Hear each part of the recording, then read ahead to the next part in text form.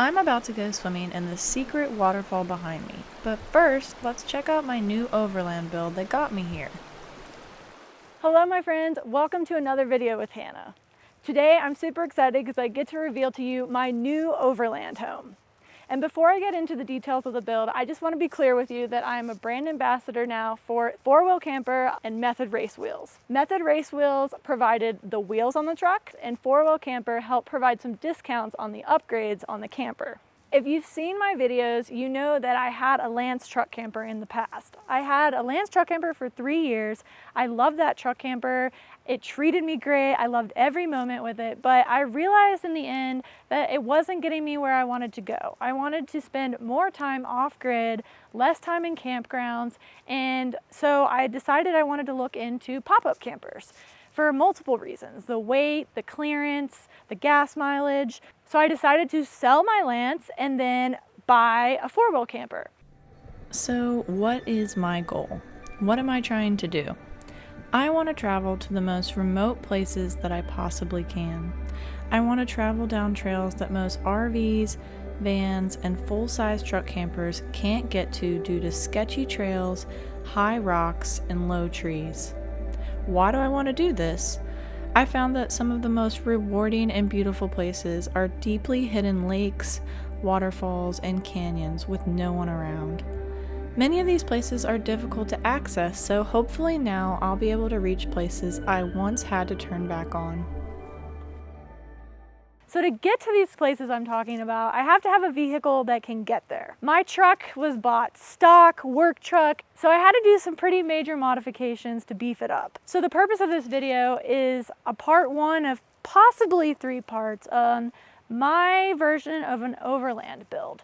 What I have to do or did to it to get to these places, because I'm not quite done, but I'm at least a third of the way there. So today I'm going to cover the wheels, the tires, the suspension, and the lift, because that's what I've done so far. So let's get into it. So first let's start with the wheels. These are Method Race Wheels 305 NV HD matte black wheels. They're 17 by 8.5 inch wheels with a 0 offset and a 4.75 inch back spacing. I chose these wheels because, well, the HD version, because I have a camper on top.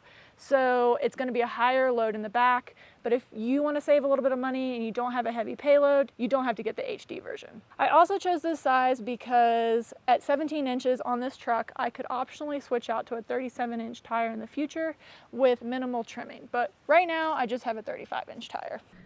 The 17-inch wheel also gives me more tire sidewall and a softer ride over an 18-inch wheel. They do come with hub covers. I'll show you on the back wheels, but I kept mine off because I have manual locking hubs and it's easier to access. I do believe they also make types that have a hole on the front, so it's easier to access, but I don't mind the look of it and it hasn't caused me any problems so far. I chose Method Race Wheels because they have a really good looking product and a high quality, reliable product. So far, I really like the way they look. They're matte black, but currently they're dirty matte black because I've been using them and I haven't washed them, but that's okay because I'm rolling in style. Also, on another note, they have a wheel with a patent pending bead grip technology that helps the tire bead at low tire pressures. I do air down some when I do some trail riding, but I don't typically air down enough to be too concerned. But if you're somebody who airs down to really low tire pressures, it might be something you want to look into. I believe it's the 701 and the 703. So if you're interested and you're looking for a fresh set of wheels, Method Race Wheels was cool enough to give me a 20% off discount code for my viewers. The code's Hannah. I will make a small commission if you decide to purchase with the code, but generally their wheels are pretty affordable, especially with the 20% off, so check out the code below if you're interested. Next, let's talk about the tires that I chose for this Overland build. This is the Falcon Wild Peak AT3W tire. It's a 35 by 12.5 inch tire. First, let's talk about why I chose 35 inch tires over 37 inch tires, because this was a long debate for me. 35s or 37s. So I chose the 35 for several reasons. 37s do look cooler. However, they get worse gas mileage, they're harder on your drivetrain, they handle worse, and you have to re-gear your truck. All of those cons kind of led me to choose 35s over the 37s. I also would have had to do some minor trimming to put 37s on. That's not to say that I may not ever do it in the future, but I figured this is my first real overland build and I'm not real familiar with larger tires. I decided not to go overboard initially and start with 35s and maybe move up to 37s in the future. I do know that with 37s, I would have a little bit more clearance for trails and rocks and whatnot, but I think as long as I drive okay, semi-correctly, I should be able to get mostly everywhere I want to go. If I do get stuck, well, that's going to stink and you may have to come save me, but I'm going to think positive. So far it's been okay, but we'll see what happens. Next, let's talk about why I chose an all-terrain tire over a mud terrain tire. Mud terrain tires do look cooler, they're more popular, but I don't do a whole lot of mud driving. The trail driving that I do is usually dry, and I do a lot of snow driving.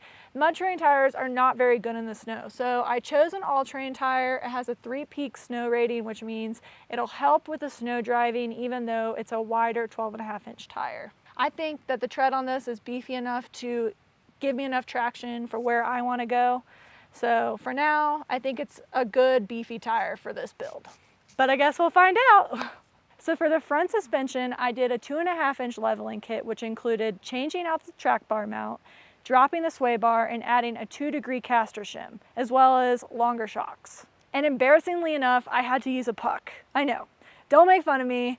It's the only solution I have right now, even though it's a terrible solution, but they don't make a longer spring for my front end weight in order to get 2.5 inches until October. So for the time being, the puck's gonna have to do, and then once the spring's available, I'm gonna rip the puck out, then put the spring in. So for now, don't make fun of me.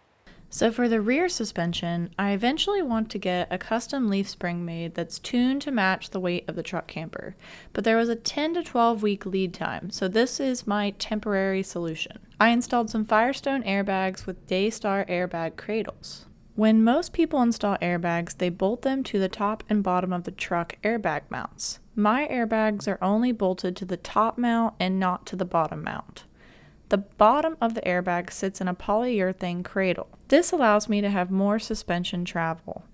If you can see in the video, the airbag to the right is compressed down and the airbag to the left is almost lifted up out of the cradle, since my front wheel is parked up on a rock to demonstrate the articulation on my rear suspension. We'll see how this goes for now. So far, so good, but I'm thinking I may have a smoother ride with no airbags and a custom leaf spring because I think the airbags may be adding a little beach ball bounce to my driving. What's up? This is Hannah reporting from under the truck, and don't worry, I'm not parked up on the rock anymore. I'm totally flat, but I wanted to jump down here and show you the shocks that I put on my Overland build. So up here I have the Rancho 9000 XLs, and I have the longer ones in the front and standard ones in the back. I chose the Rancho 9000s because they were affordable. I think I spent between $400 and $450 for all 4 shocks. And I saw a lot of old school Overland builds that used them, and they traveled all over the world and they really didn't have any problems with them. So I figured they had to be semi-reliable. I also chose them because they're adjustable. They have a little knob that goes from 1 to 9, 1 being the softest, 9 being the firmest, so I can kind of dial it into my vehicle and whatnot. You can spend a lot of money on shocks, like a couple grand. So if I do decide to spend $2,000 on shocks, I would definitely want them to be custom tuned to my vehicle, and you need to have the final weight of your rig before you do that, and I don't really know what that's going to be because I'm not done building the rig, so I wanted to hold off on that. And I called around, and the minimum lead time for a custom build on a shock system was like 10 to 12 weeks, so I didn't have that long to wait. The one concern I have is these Ranchos don't have a reservoir in them, so on long washboard roads they heat up and they may not work as efficiently or work as nicely, like as cush. So far the off-roading's been okay, but that is my main concern. I may end up changing out my rear suspension anyways, so we'll kind of see what happens. For now, the Rancho 9000s should work. I like them so far, and I'll follow up with you on them later. Also, while I'm down here, another reason I chose 35s over 37s is 35 was the largest tire that I can fit the spare under the truck. The 37s wouldn't fit, and I'd have to spend a bunch of money to put a tire rack on the back that swings out and in, and honestly I think it's kind of annoying sometimes when you have to swing it out to get into the camper. So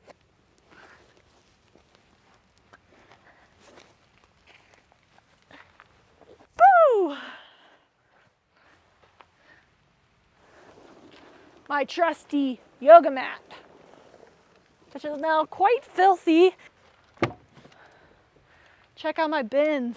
So one of the things about this new camper that is different from my old camper is there's less storage space inside the camper. So I didn't used to store much in my truck cab, but I've decided to help with storage. I'm gonna put 6 bins in the back. It goes 2, 2, 2, and they're stacked nicely right on top of each other, and I can store extra stuff, yoga gear, shoes, whatever I need in the bins. And so if I get someplace and I want to access something or take them out, I can just pull them out of the truck cab, put them on the ground because they snap closed. So it's worked so far, and we'll see how it goes. Okay, so now that I've covered what I've done to the truck in order to make it drivable to locations like this, let's talk about what I need to do to it going forward. If you know any modifications or suggestions that you think I should add to this Overland build, leave me a comment below. I'm thinking potentially a winch, so if you know of a good winch that would fit an F250, let me know in the comments below. I'm also thinking some exterior lights and potentially some armor, but I think after looking into it a little bit that I'm actually going to have to weld the armor to the bottom of the truck, so that should be interesting. In addition to that, I've had a lot of comments on the truck and truck camper in general. Even from the beginning, people have always asked me, why did you buy a truck and a truck camper? Why'd you do this setup? You could have bought a house for that. My thoughts are that everyone wants something different in this life. Who am I to judge how one lives over another? I could have bought a house, but I would be in that house for 30 years paying off a mortgage. I wouldn't be able to bring that house anywhere else. Today, this is my backyard, and tomorrow I could make my backyard somewhere else beautiful, inspiring, and peaceful. Down the road, maybe that will change, but always remember, this is your life. Live the story you want to tell.